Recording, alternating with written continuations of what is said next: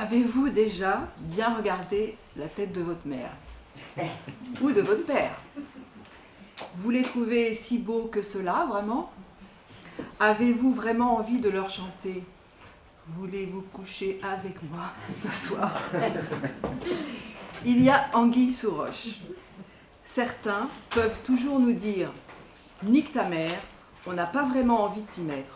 On a plutôt envie de prendre nos jambes à notre cou. » Et pourtant, il y en a qui l'aiment, qui l'adorent.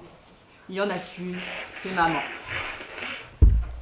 Il n'y a que leur mère qui compte. Parfois, c'est leur père. Mais bon, vous avez vu la tronche de la Jocastre? Vous avez vraiment envie d'épouser cette emmerdeuse qui vous appelle 3 fois par jour, qui vous traite comme un bébé et qui a parfois du mal à supporter votre moitié? J'arrête là mon sketch qui s'intitule « Hé Oedipe, t'as bien vu la tête de ta mère ?» Suite à mes lectures oedipiennes, pour y voir plus clair, j'ai voulu rapprocher les données freudiennes et lacaniennes dans un tableau que voici. Alors,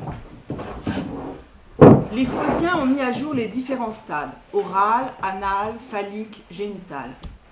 Du point de vue freudien, durant le premier stade pré-oedipien, on ne peut pas encore parler de masculin-féminin. Freud parle de position active ou passive.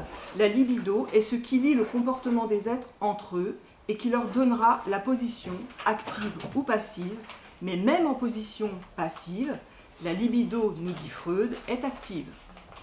Donc il faut être actif pour être passif. Freud pose alors que la libido est masculine pour tous. Durant le stade suivant, génital infantile, le masculin existe désormais avec la reconnaissance pénienne, mais pas le féminin.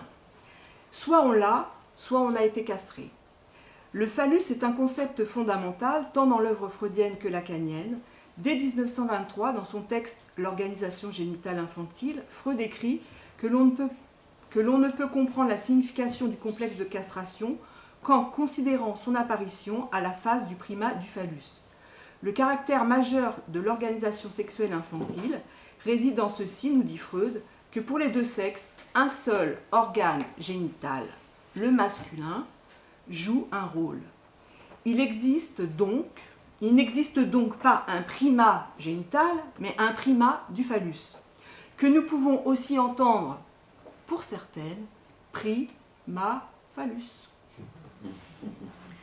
La conviction d'absence de pénis chez la femme entraîne dépréciation, horreur et disposition à l'homosexualité. La première hypothèse est que la femme est castrée et que cette castration est une punition. Toutes les femmes ne sont pas encore affectées de cette perte pour l'enfant.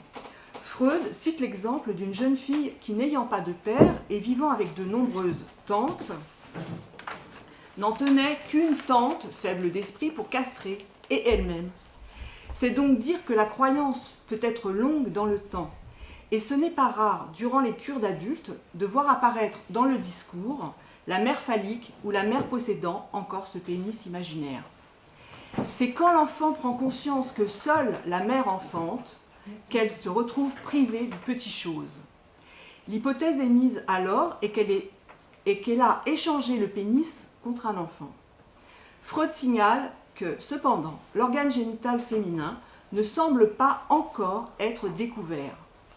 L'enfant imagine qu'il vivait dans l'intestin de sa mère et qu'il en sort. Merde alors.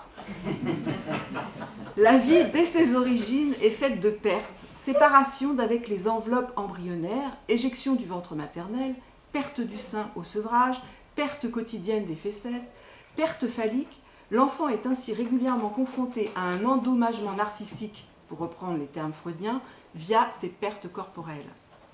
Le trauma de la naissance n'est pas la séparation d'avec la mère, écrit Lacan en 1963, mais c'est une aspiration en soi d'un milieu foncièrement autre avec un grand A.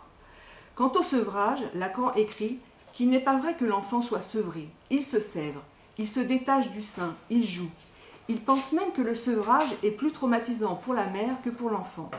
Je pense que c'est à modérer. Freud nous signale que nous ne devrions pas parler de castration. Non. Freud nous signale que nous devrions parler de castration qu'à partir du moment où ces pertes sont connectées à l'organe génital masculin. Ce qui m'a sauté à la figure durant ces lectures, C'est le phallus, bien sûr.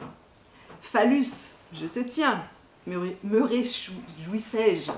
Mais ça ne vous étonnera pas qu'il ne faisait que m'échapper le bougre. En conclusion, rappelons-nous que la mère, premier signifiant symbolisé par l'enfant, ne manque pas seulement d'un enfant ou d'un homme, elle est manquante. Et le signifiant de ce manque est le phallus symbolique.